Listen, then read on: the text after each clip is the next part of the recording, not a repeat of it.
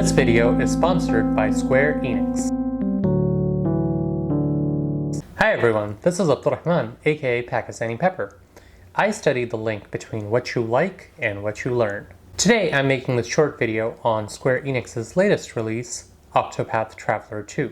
I want to thank Square for providing a review copy of the game in return for my thoughts, so I wanted to share with you a little bit about the game. This review is not like a traditional game review in that I'm not a full-time gamer. I'm a teacher, I'm a college student, I'm an adjunct lecturer. What that basically means is I don't have a lot of time to play. This review is effectively for people who used to enjoy playing games like this and don't have the time to play as much anymore. Will it be good for you?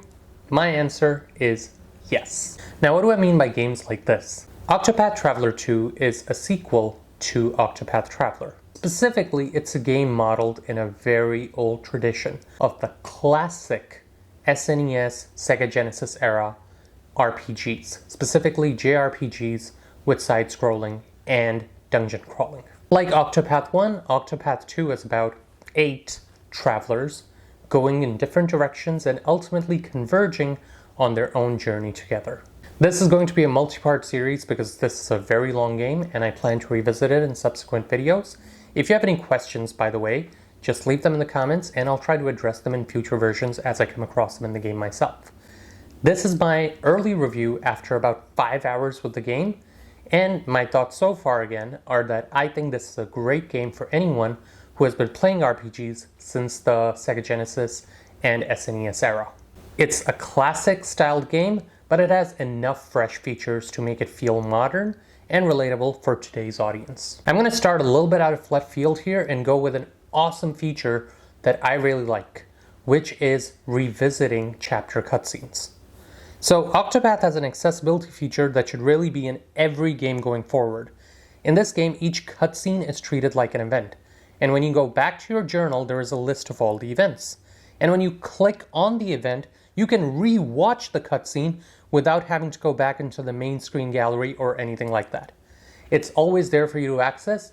As a busy gamer, I tend to lose track of games, I tend to lose track of plots, so when I come back, I like being able to refresh, and this lets you do that for the entire story for whatever character you pick very, very quickly. Second thing is that the story has great pace. The pace of the battles is great by JRPG standards. Now again, that doesn't mean this is a game that you will finish in 6 hours by rushing. You won't. But the idea is you can play sped up battles so they go quickly, and while the system itself is deep enough for complex strategies, the interface is clean and accessible. And it allows for a lot of deep strategy, but again, it goes by quickly by JRPG standards. It's a lengthy game, but it doesn't bog you down. That having been said, the random encounters are still a problem sometimes, because anytime you dash, you're more likely to run into things, so you have to move a little bit slowly to avoid them. And even then, the random encounters aren't so bad because again, it can go quickly. The challenge is that there aren't save points frequently. When you save, you have to go manually save at a specific save point. You can't just save wherever you want. And as a result, you will find yourself in a situation where you go through so many random encounters that you end up using all your resources or you end up dying before you can get to a save point. It's easy to lose progress that way. This definitely hurts the game's accessibility for short-term play sessions. On the Steam Deck, where I've been playing the game in its entirety so far, it is perfectly playable. I play on low at 60 FPS and was using around 10 watts of power, meaning I was able to consistently play through multiple 30-minute sessions per day without having to recharge. But the Steam Deck performance is also not entirely consistent. The default text size is not too great for the Steam Deck when trying to pull up additional details for people and equipment. Also, I'm not sure if I have to adjust the settings or if there's an issue, but when playing on 30 FPS, a lot of frames seem to skip. So I switched to 60 FPS, and that works perfectly, but it does take off a little more power. Also, whenever changing zones or going from battle scene to out of battle, the frame rate dips below 60, which is strange because this doesn't look like a game that should push the Steam Deck. However, on the subject of looks and sound, this game is stunning. It's a mix of 2D and 3D, which is beautiful. It looks stunning when you see cities, when you see people, when you see the detail and the color palettes. And the sound is what really sneaks up on you, because like Octopath Traveler 1, the soundtrack is really amazing. It has music for every mood. Again, I keep going back to them, but this really is like those old SNES and Sega Genesis JRPGs. It is beautiful, nostalgic, while also looking modern. So that's what I've seen so far. I do have some questions that I hope to answer in subsequent videos. And again, if you have any questions specifically about the game, leave them in the comments, and if I can't answer them now, I'll come back to them when I play it a little bit more.